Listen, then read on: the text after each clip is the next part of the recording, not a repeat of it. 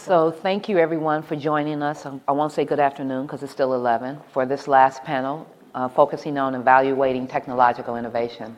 I think it's important I want to first introduce my panelists and also say that I think there's an interesting structure of this panel because it's not all researchers. We've intentionally have a combination of researchers, those who lead companies, and also individuals who lead organizations that are designed to sort of help teachers. So I'm Nicole Pinker, and I'm faculty here at Northwestern in the School of Education and the Learning Sciences. We're joined by Jim Flanagan, who's the Chief Operating Officer and Strategy Officer for ISTE, Krista Marks, who's the co-founder and CEO of Woot Math, and Herb Ginsberg, who's a Professor Emeritus of Psychology and Education at Teachers College, Columbia University. So the first question I want to start with is going to help give a sense of the context in which they're working. And so in your space of work, can you think about what are the key problems of education and how are you using technological innovations to impact those questions? And I'll start with you. Should I go ahead and start? Mm-hmm. Yeah, ISTE really is kind of a broker in this space. We're a membership-driven nonprofit. We have 20,000 members who are educators across K through 16 across the globe and pre-K as well. And amongst those members are also researchers. So we've got just a wealth of both consumers of information and drivers of change and researchers. And so ISTE's, one of the key roles in that is to make sure that information can flow in an effective way. And even though technology is in our title, we don't lead with it. We see ourselves as pedagogy first, technology second. So we want to be a good trusted broker to help folks validate the efficacy of technology when it should and should not be applied. So I think, so that's sort of what math is interested in, and I'll sort of speak where I think technology is interesting in terms of the classroom, and that's to amplify teacher practice. I think that my belief is that learning is a social thing, and that when technology is most effective is when it helps amplify these practices that we know are great. And I'll just give one example. Formative assessment is something people have done forever. That's not a new thing. But it's something that is really hard to do in large classrooms. It's really hard to know deeply where every student is. And there are opportunities for tools. What does technology do well? It gathers and processes data and makes recommendations to very quickly give deeper insight in real time to a teacher. So this is one example of a practice that's been around forever that's amplifying it in a way that's really interesting. So my area is mainly with young children. It has been kids from age 3 to about age 8. I just have a new 2-year-old granddaughter, so it's now going to be 2 through 8. And what are the problems? Early education is very important. And when you go to preschools in New York City, in poor areas, you will see kids who have tremendous potential who are not learning very much. And you see that the classrooms are not very interesting. And you see that some efforts to help them are overly, quote, academic in the sense of pushing down a first grade curriculum for 4-year-olds, doing a lot of rote learning, a lot of pressure. Another big problem we're confronted with is the parents. And they want to help their kids, but a lot of them are simply afraid of math. And a lot of them, in this very somewhat by ethnic group, have very pedantic views of education, math education in particular. They want the kids to learn, and they think the way you do this is you drill them. You go to Kmart and pick up a drill book, and you start on that with your 3-year-old or 4-year-old. Another problem in my area is the teachers. A lot of preschool teachers are afraid of math also. They're not very different from the parents. They don't want to teach math. They don't know how to do it. So we're starting out in these ages from 3 to 5, now with universal pre-K in New York, but parents don't know how to help, the teachers don't know how to help, the kids' potential is being wasted. So the problem is, how can we use technology to deal with this? I don't know if that's your next question, or I should just continue, or... No, so I guess first was just really trying to understand the context of the problems we're addressing, because technology is a big word, but in essence, the problems we're addressing should define the types of innovations we're focusing on. And then just sort of setting some context here. The conversation yesterday, there was some conversation around evidence and who should be studying technologies and what's the role of the developer, what's the role of the researcher. And so I'm curious, since we're talking about innovations, how do you all think about the ecosystem of the team that you're working with to help you understand your innovation? What's your role as developer? What's the role as a researcher? Because we actually have here the full ecosystem of people. So how do you understand when different types of methods and different types of processes are necessary, depending on the stage of innovation that you're in with your technology? So, Krista, can you speak on it? Yeah, I mean, so I'm actually thinking I didn't really answer your first question, which is that K through 12 is the area that I work, is my area of focus. And I think, so I want to just change the lens a little bit, because I think we talk about in education technology being applied to education, and I want to make the case that technology is not separate from education. From the simplest cases, education was made possible by the printing press, more recently calculators, computers, word processors, the internet. And it doesn't just enable education, but it informs what we learn, right? So when I was growing up, spelling was huge. I spent a huge amount of time, and my teacher spent a huge amount of time trying to help me spell, which I was bad at. Very few, I mean, that's just not the case anymore, right, with modern spell checkers.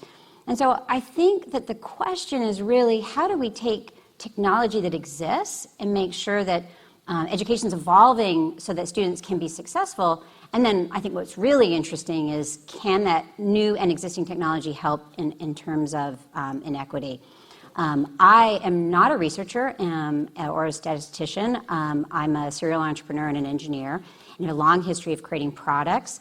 And so one of the things, but because I'm in education, I have run 2 RCTs, and so I have researchers on my staff. We work with universities, so I am involved in that.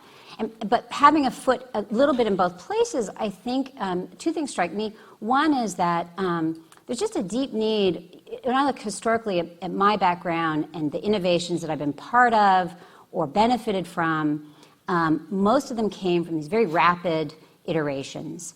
And one of the things that I feel frustrated with is, in education, so much of our measures are very time-consuming and expensive. And I think that, and this is my call for you guys to innovate, for some measures that maybe are, obviously less meaningful, but are defined or codified and can be used in this more rapid cycle that can support that and then can be shared. That's happening. It's not that it doesn't happen. Obviously, it happens when we do focus groups for usability, but it's not codified. It's not shared.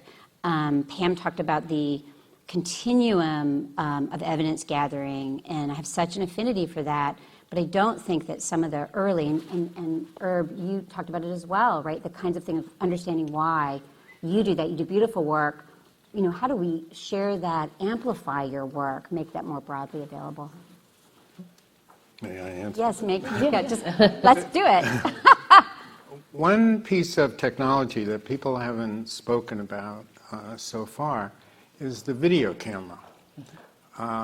And one of the most important methods we believe can be helpful is making videos of kids engaged in interesting tasks, maybe some uninteresting ones as well, for contrast, and helping parents and teachers analyze what's going on, understanding what is possible with a kid. We produce little videos we now call magic minutes, which in about a minute, although really it's 2, but we still call it magic minute. Didn't say how many minutes, magic minute. We show a really dramatic thing that happens with a kid, and your impression is, wow, I never knew that. And that use of video technology for that, wow, I never realized that about kids, is enormously powerful, especially when you're dealing with low-income kids, disadvantaged kids, who don't have the resources and who are usually thought to be not so bright. So giving examples of all kinds of different kids, doing interesting things, talking about them with teachers and with parents, that's one big contribution. So one of the questions you're raising, we're talking about technology, but in reality, technology is always used in a social context. And so how do we understand the dimensions of effectiveness? So it's not like a tool is always effective, it's really the relationship between how it's used. So what do you view as the dimensions when you're looking at your work to say, this is how I know we're succeeding? Is it around the cognitive, social, emotional, equity? So what are the variety of dimensions that matter to you? Yes, it's around all of them. No, we're just unpacking that more and providing the context. One of the things that ISTE's developed recently is something called EdTech Advisor. It's a platform where our members and broader community can share the context and share that. It's more subjective and qualitative data, but we haven't had that that can match with the harder research and identify maybe anomalies. And so that's important, but we're just starting that. I'll tell you another interesting thing. We're just trying to better measure usage of the technology. And there are technologies that are finally helping us better measure that and share that data. So we're just into some of the input stage. And as that accelerates, connecting it with the outputs is going to be more exciting. So when we're saying usage, are we at the point where we're able to understand what is triggering usage? So in the social context, it might just have a kid using it at home, I'm in a classroom, everyone's using it at the same time, or is it, it's personalized? Are we beginning to understand the context that is driving the use? Not yet. We're still just first order of how often is it used, sadly, in a lot of ways. We're going to have to overcome some privacy barriers, probably, to get a broader sense of context. It's real and it's serious. I think there's some design elements that we can't be defeatist about it. We have to factor in. I would amplify that. David spoke about it yesterday. He brought up several times this need to sort of more rigorously study implementation, focus on implementation. I certainly would say that just from a very narrow perspective, from Mass perspective, we spend a lot of time in the classroom and are deeply interested. Let me qualify this and say, because some people have said some things that I'm going to do a little non sequitur, which is that I am used across the country with 200,000 students. Not, reasonable use.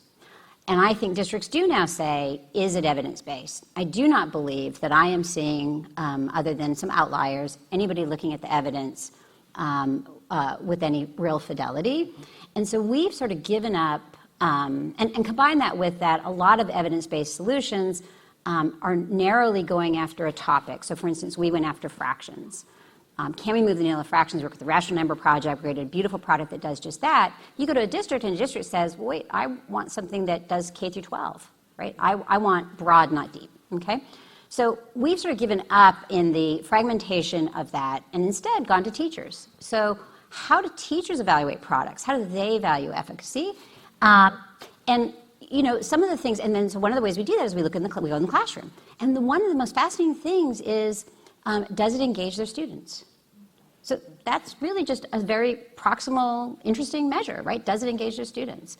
And does it increase social engagement? Does it, get students talking? Does it isolate them? Like, I think that by looking, and I haven't looked at this in a research way, but looking more deeply at implementation and how teachers are doing it, I think, to your point, I think there's some interesting things to be gleaned. So the reason, let me see if I can sort of contextualize this next question. So we created a platform and we worked with the City of Chicago to sort of document all of kids out of school learning. And we thought we did a great thing. We met the mayor's goals. We met our indicators. So then we tried to use it at the same time in California, LA, Pittsburgh, Dallas. And instantly, the infrastructure, the social context of all of those districts and those communities made very clear that the platform, it wasn't around the platform, it was really around understanding the context of the ecosystem. And so but the the methods that we're using oftentimes aren't designed to attend to that. So given we're all designing more platforms, how do we begin to understand the context, right, of use when instead of designing different programs, different systems, we're designing one system that needs to be used across different spaces. So like math, how do you think about it being used at home, being used in very different types of classroom settings? Yeah, so this is the thing that has changed most significantly for me in my journey in ed tech, and I do believe it's a journey, which is that I have always felt very proud that we work closely with schools and districts and create products that meet their needs in the classroom. And then I was at an IESPI conference, and Beth gave a talk about how we all do research in our backyards, and we all create things just as you did, right? Mm-hmm. And so she has created a tool that allows you to actually figure out, sort of what part of the demographic are you dealing with, and are you actually getting representation? And we are at the early days, but one of the things I think we have done poorly is not tried to develop in a range of contexts. I mean, certainly in our backyard and with low-income students, and we have a high Latino population, but there's lots of other populations we're not reaching. We don't reach rural. We don't reach the Black population. And so we are now intentionally going after populations, working some schools in DC. But I think that's a new awareness, and I think you're right. I think we have undervalued context. Mm-hmm. Anyone else want to speak to that? Just building on that, seeing it used in the context. And it's not even researching it from afar. And I reflect on some of the great stuff that we're talking about with meta-analysis, right? And that can be layers removed, and there's power in that. Clearly there's power in that. But bringing it back down to seeing even videos, right? And seeing the context and that learning, and just that constant iteration that has to happen back and forth. Mm-hmm. Yeah. And maybe being okay that all tools are not for all contexts. Like maybe being okay that it doesn't mean a tool is bad because it only works in a narrow context. And if it's helpful in that context, that can also be okay, I think. What is our role then as developers or as curators of making clear the ideal audience such that individuals understand how it's designed for them? Absolutely. Well, fourth grade. What an artificial construct, right? I know we've got twin 13-year-old boys who are in sixth grade, right? You do the math, you go, no, they should be in seventh. Well, we gave them an extra year. That was a big controversy. And it's just this crazy overlay that's put on, yet we're forced to sometimes design towards that. Mm-hmm. So to that point, that's just one variable. To step back from that, mm-hmm. allow yourself to say, for what student, at what level of development, and Herb probably has more to say about that, in what context. Mm-hmm. But we need a lot more data on that. We need the inputs, the diagnosis. Yeah, for me, the context question is really fascinating. I tend to think of it in terms of the school context and the home context mm-hmm. as two major areas that obviously, school obviously affects kids' learning or tries to. The home does too, and the home does a lot more. So we need to understand the parents at home and the kind of activity they engage in with the kids. There's a big body of research on funds of knowledge that Louis Moll and other people have done, investigating the practices of teaching math in a broad sense among Hispanic families, I think in either Arizona or New Mexico. And at the same time, he worked with teachers to find out, well, what's their context of teaching math? They're very different. The parents may have values that are very different from the teachers. In those families, the educación idea was very important, respect for teachers and so on. The teachers wanted kids to learn in more creative ways. And so there's a bit of a clash in context between home and school. And then the question, well, what do you do about that? You tell the parents they're wrong? No, you work with them, you try to understand them, you try to change their approach somewhat, and you try to change teachers' approach somewhat.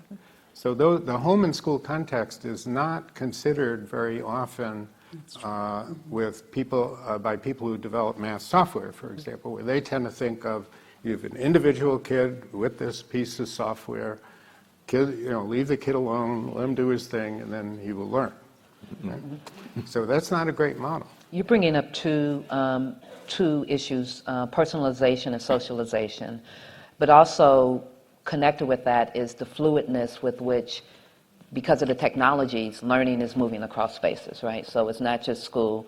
You might design for school, but if a kid has a device, they can access it at home or they can access it in out-of-school spaces. So from the personalization, how do we think about the social interaction, designing for social interaction, and designing for different types of teachers? So there's your teacher, there's your parent as a teacher, there's your out-of-school educators as a teacher. But oftentimes our data policies keep those as silos. And so while you might have 3 different caring adults trying to support your development of math, oftentimes they have very different systems of understanding your learning. So how can we begin to think about new policies, new frameworks for thinking of learning as not siloed, but as really integrated across these different spaces and using the affordances of the different spaces for what they can do best? And you actually, so you introduced 2 questions, right? So you sort of, the sharing of data across spaces and bringing these adults that care about a single child, sort of more holistically together. But I want to talk to your first question, which is about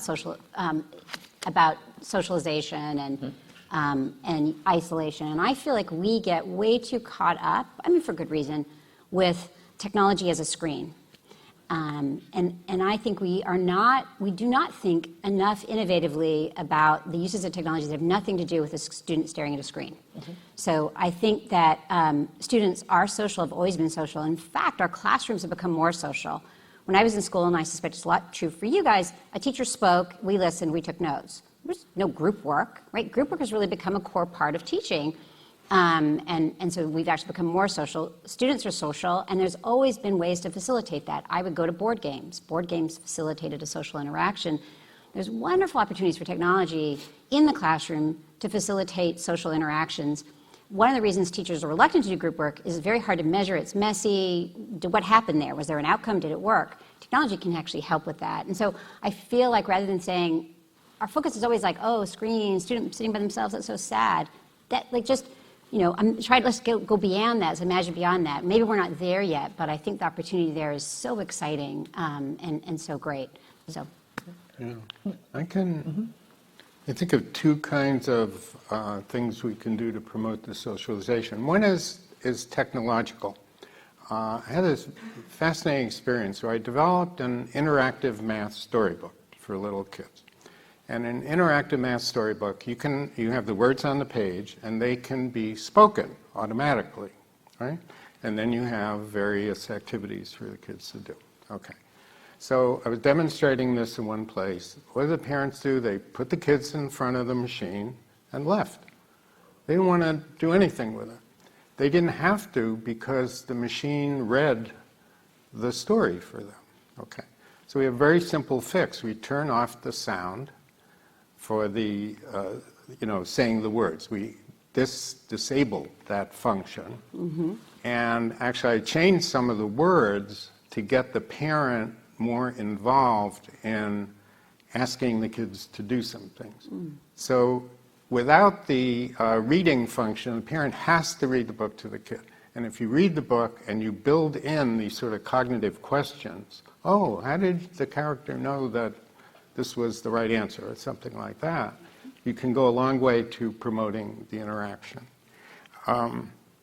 Another thing is in schools, daycare through, I imagine through at least upper elementary school, you can help teachers introduce software in group settings, in small group settings. You can specify for them what a useful role would be for them to play. You've got to give them guidance in this because it's quite new, right? So for example, we like to start off some things on a smartboard, and you can touch objects on the virtual objects on the smartboard and move it around. You can set up various games in a small group of kids, 2-3 kids at a table.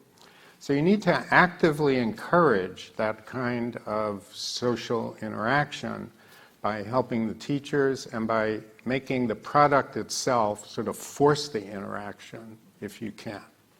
It doesn't always work. Let me just add the systems and structure. What I encourage us to do is always challenge those.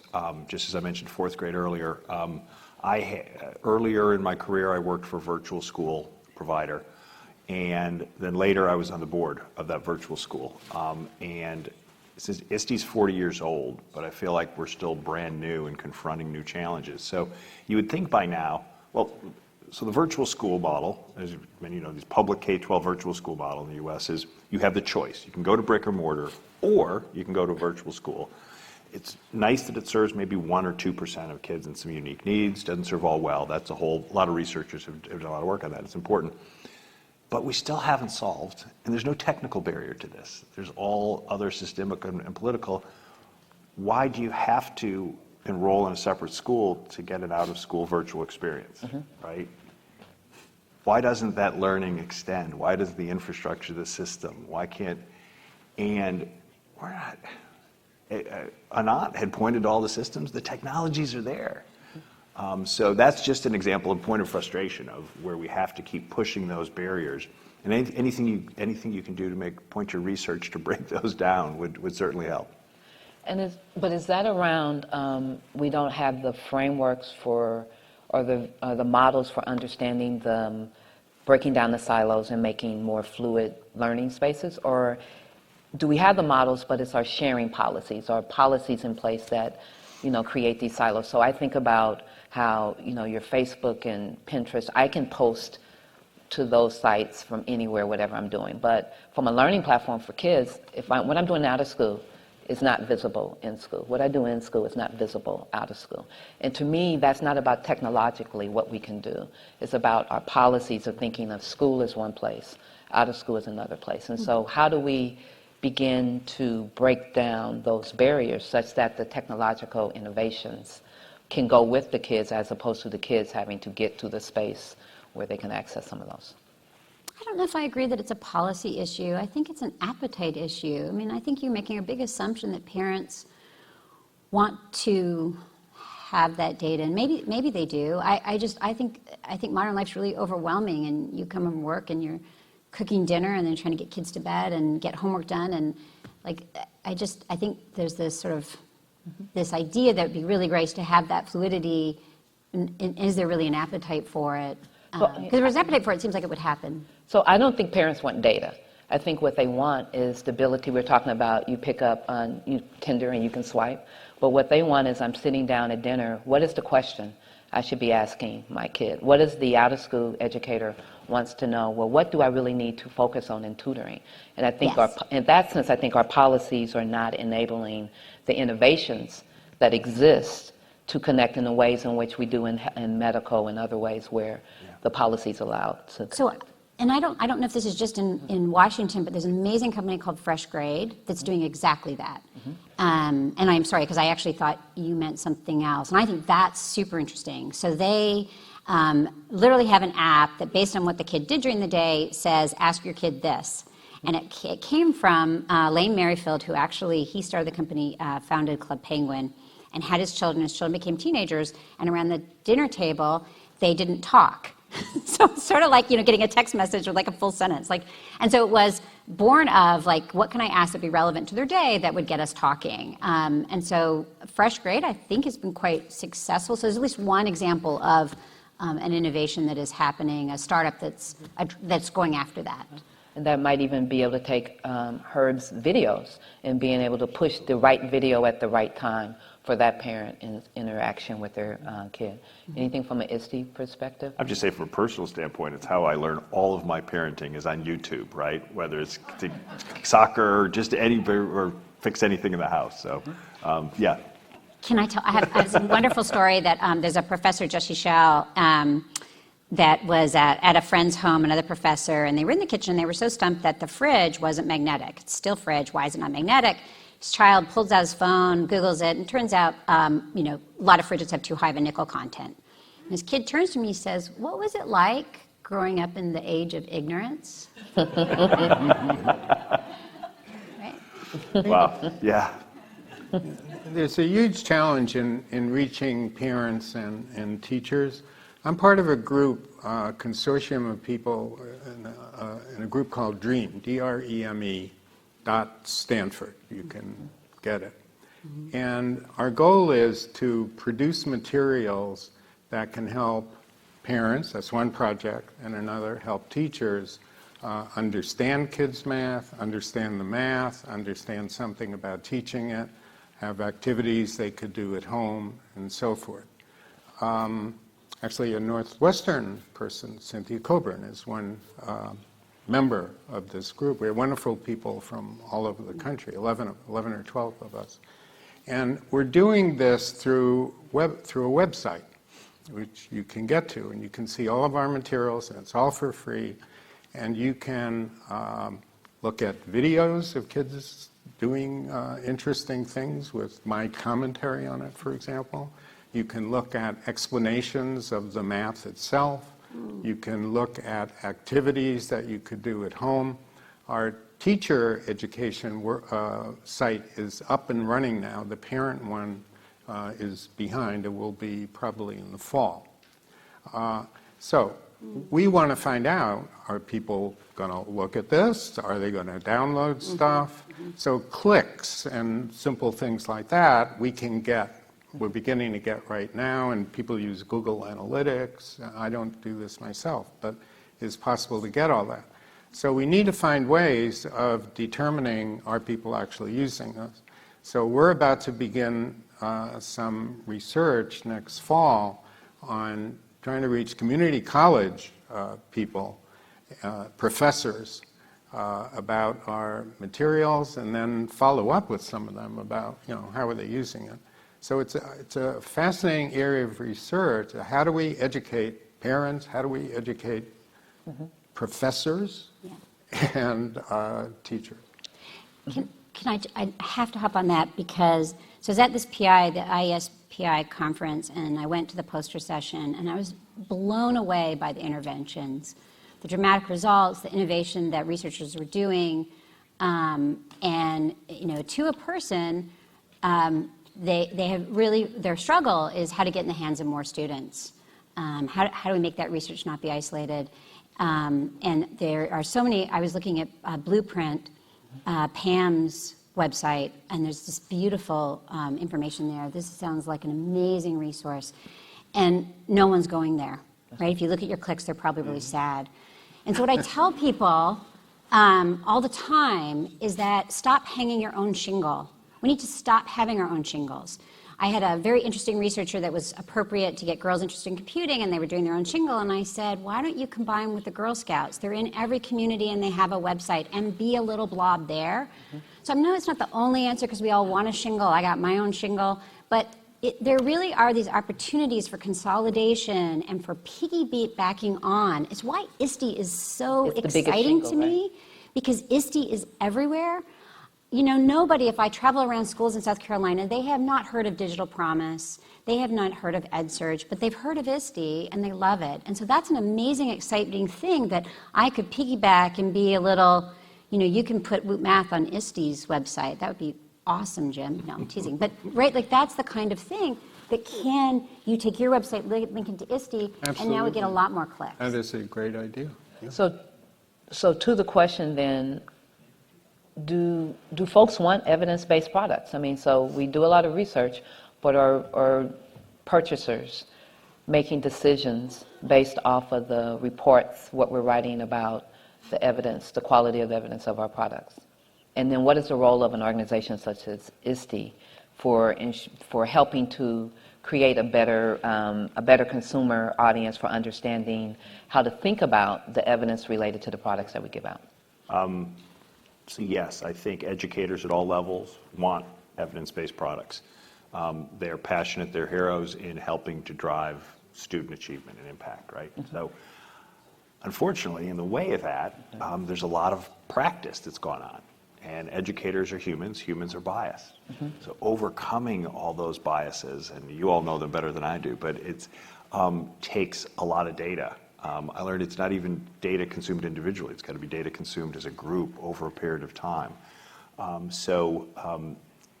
Yes, but it's just a slog, and we've got to figure out how to embed the data, the research into professional development, which we don't do well right now, to allow them to, it's one of the greatest change management challenges. I used to do that in the corporate sector. I jumped into education 20 years ago and still haven't figured it out on the education side, but it is thinking through all those levers of change management is key. I think the STEP program is going to do a great job. So Krista would want ISTE to give out, to certify products. What would you think about ISTE becoming, the certifier of the evidence quality of technological innovation? Can I say something first before he answers that? Because you made a comment that I so disagree with, which is that, and it was said yesterday, which is, and yes, so yes, do people want evidence? That ship has sailed. Now when I talk to districts, evidence check. What's lacking is what does that mean and how do I evaluate that? And I think it's really naive to think that that's going to happen anytime soon. That suddenly everyone's really going to understand an RCT and be able to read that. Like, give me a break. So I think we're in desperate need of third parties who do have smart people like Blueprint or Workhouse Clearinghouse, What Works Clearinghouse, to, and I think ISTE, so coming to your thing, ISTE should totally play this role. It would not be the only role, but could be a piece of it because we're, and I know you're more than the conference, but the conference is a huge part of the brand. So just as an example, Common Sense Media has a validation thing, and you get a little sticker, and we put our sticker on our booth when we exhibit, and that people talk to it, and then we put it on our website, and we evaluate where traffic comes in, and one of our biggest recommendations is the review from Common Sense, which a lot of people don't actually know about, but it's the biggest referral that is a complete, doesn't know anything about us. And so now you can talk. Thanks. So in answer to yes, ISTE wants to. We're playing that role with the EdTech Advisor and some other areas, but we want to do it more deeply because at the end of the day, it's not about ISTE. I mean, ISTE is a group of 70 people, right? What ISTE does is we broker and we pull together. So breaking down the barriers between the research community and the great data, I'll tell you a secret, ISTE has 2 research journals. I'm not going to ask you to raise your hand if you've ever read them or submitted to them, right? But there's too many isolated instances out there that we're not even breaking down within our own group. So yeah, we want to help just source that and broker that, and I think do it in a trusted way, and we have to work to maintain that trust every day. I think we've done a good job, but it's important. Okay. Just another question, and then we're going to open it up to the audience. Given the distribution process now with many of us creating platforms, which means our systems can be used globally, how do we think about equity when oftentimes you don't know the audience with whom you're designing for? So I think it's an assumption. I don't know the audience I'm designing for. I think we spend an enormous amount of time thinking about the audience we're designing for and actively seeking out. Well, let me say it a little differently. Okay. So before I might create a product, and then it's it's not a platform that anyone can go online and access. So in some sense, since the viral nature, which oftentimes our platforms can be consumed and accessed, we might not be thinking about the kid in Thailand or in other places. I know when I look at my data and I see, where it's popping up that people are using it, I'm like, oh, I haven't thought about that. And I wonder okay, what about that content? How is it being consumed by them? Oh, what do I need to be thinking about? Because I wasn't thinking about the use in that context. So I'm curious, how do you, when your systems can fluidly be used by others, how do we think about, or how should we be thinking about issues of equity? I mean, I guess the problem we're interested is very so specific. More than 50% of American students don't get through algebra. That is the problem we're interested in. That is the problem we went after for American students, and deeply understanding who's not getting through, where are they, why aren't they getting through, and what do they need to get through. And so the fact that I'm used in Australia or England, we actually even stopped charging to be used in those countries, because I spend zero mental energy thinking about that. I'm glad they can come and use it, but it's not my focus. So should it be used? So should we allow it to be? So interesting question. Should we allow? I mean, we really can't stop it, but in some sense, well, we could. Should we allow our systems to be used in places where we have not intentionally thought about the implications for its use? So the way we So handle think about, that, like, Facebook, for example, Right. how Facebook has been used in ways in communities. Exactly. No, I think it's fair, and we have been contacted by other countries, and we have tried to be really clear about what we like. So, for instance, we're kind of heavily used in Canada, and we make very clear we actually don't just use. We're not just metric, right? We also have the English system, and so. You just need to be aware of that if you're going to choose to use this. So we make a small amount of effort to say, this was designed for a very specific audience. It may not meet your needs. First thing I'd say is partner with thought leaders like Nicole Pinkard. That's what ISTE's working on right now. And but we are just maybe slowing down a little bit. Right? There was a little bit of shoot, ready, aim out there to think of, let's try something innovative. And I would often say, well, equal's great, but equal to what? Equal to 20th century? That's not going to solve the problem. And right or wrong, it's just being much more thoughtful. And I'm starting on a personal journey on that. And it is challenging, breaking down understanding my own biases. And organizationally, he's doing that. And so I don't have any idea yet.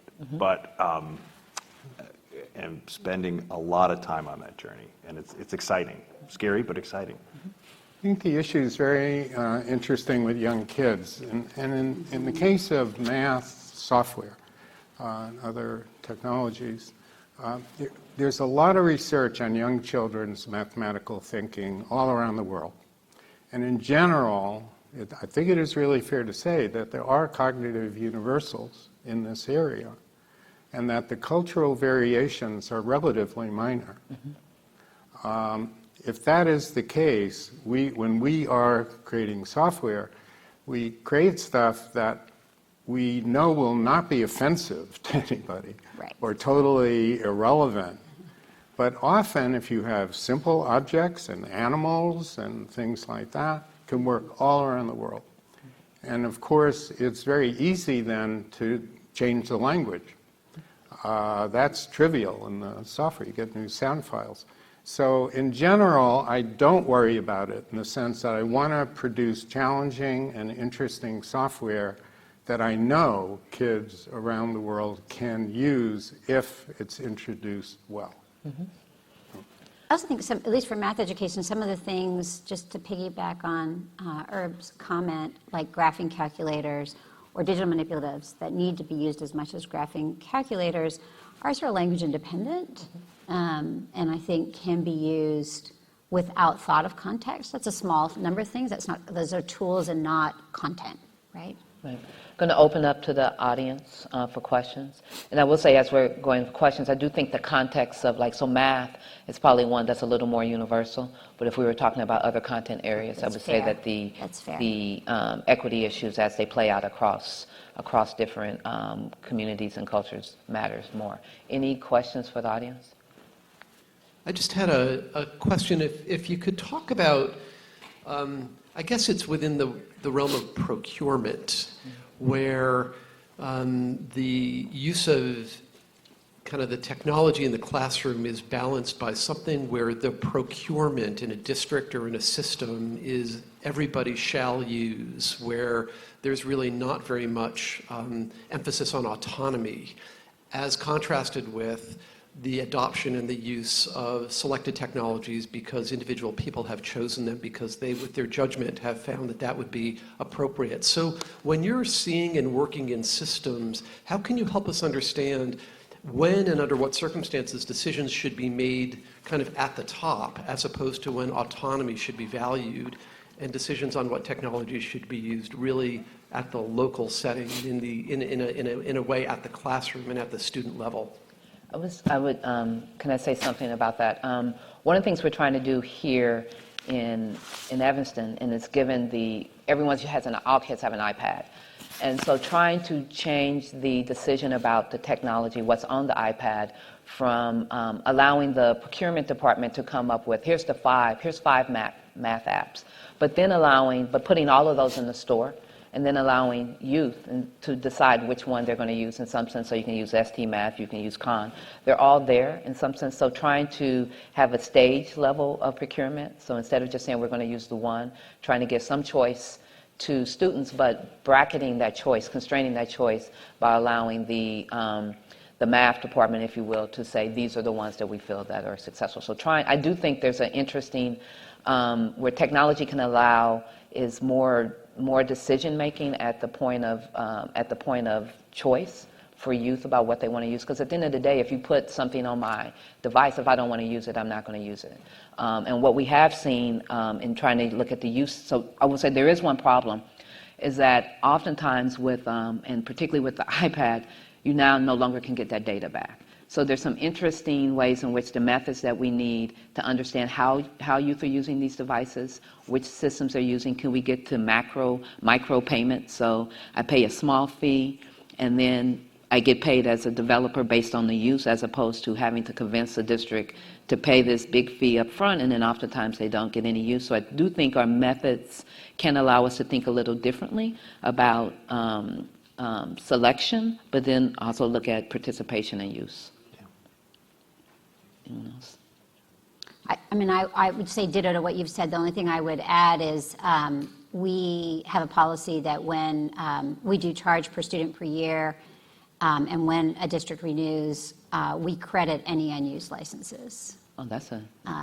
towards the next payment. And actually, the first time we do that with a district that's new to us, they're always very surprised when we do that. And what does that do? Does that force you to look at the use data a little differently? Because in that point, it's impacting your dollars. So how has that changed? Has it changed, had any impact of how you're looking at data and in your life cycle of design and iteration? For that particular decision, it's an automated, and to be fair, it's not sophisticated. Like if that license was used, it's charged. It might be used for 5 minutes. So it's not a sophisticated analysis. It really is. There are licenses that, like if they bought 5,000 licenses and there was only 4,500 ever used, we credit you. Okay.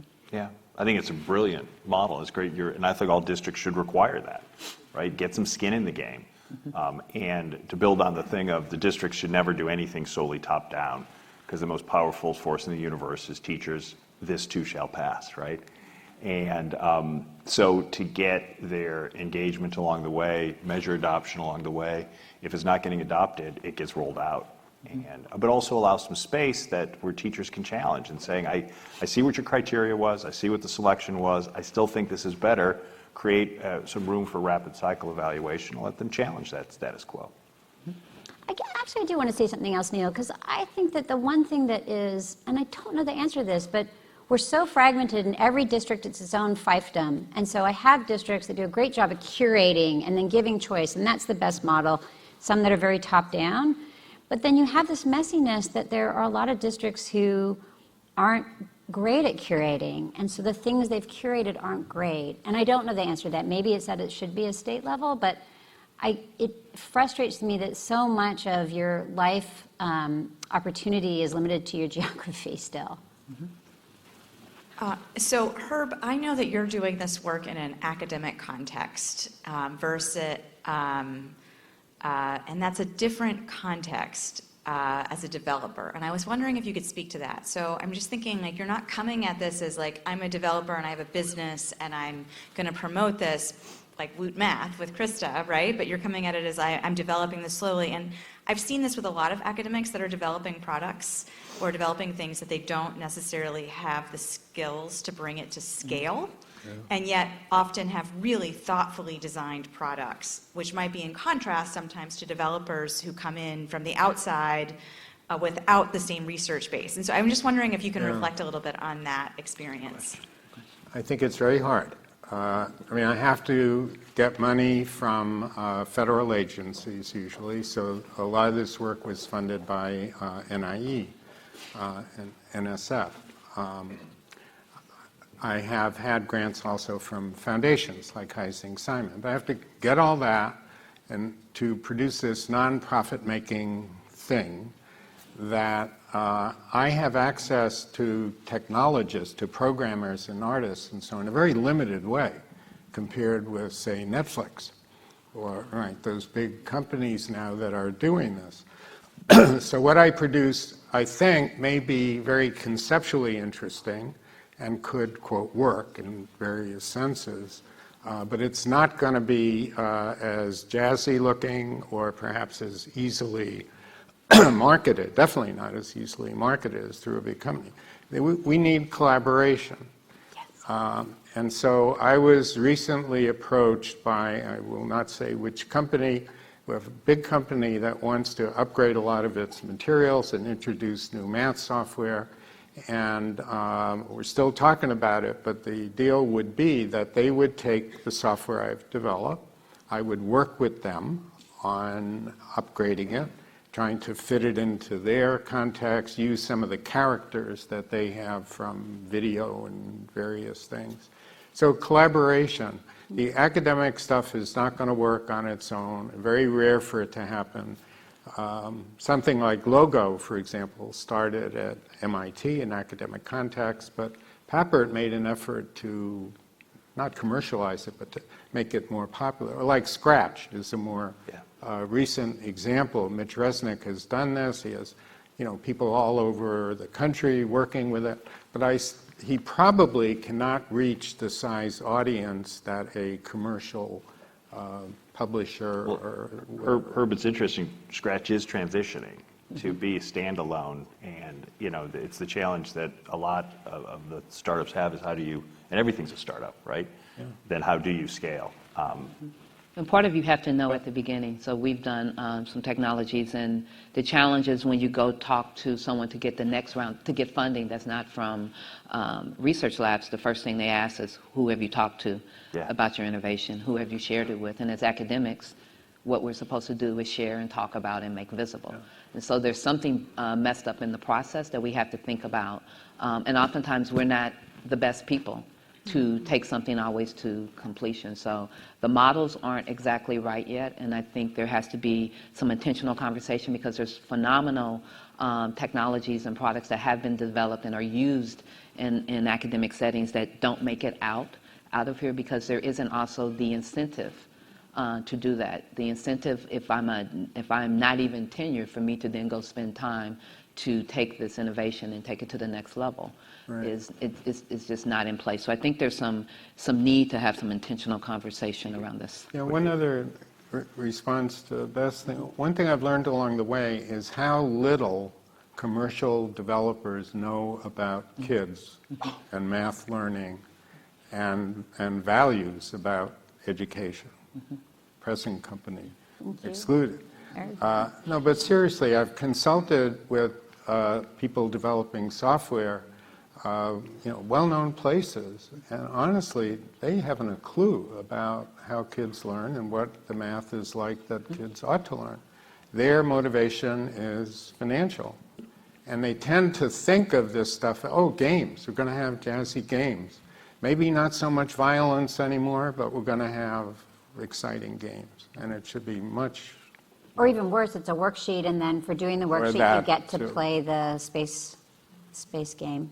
Yeah. I've worked for some of those companies that Herb, right? So, but Woot is an exception, wonderfully.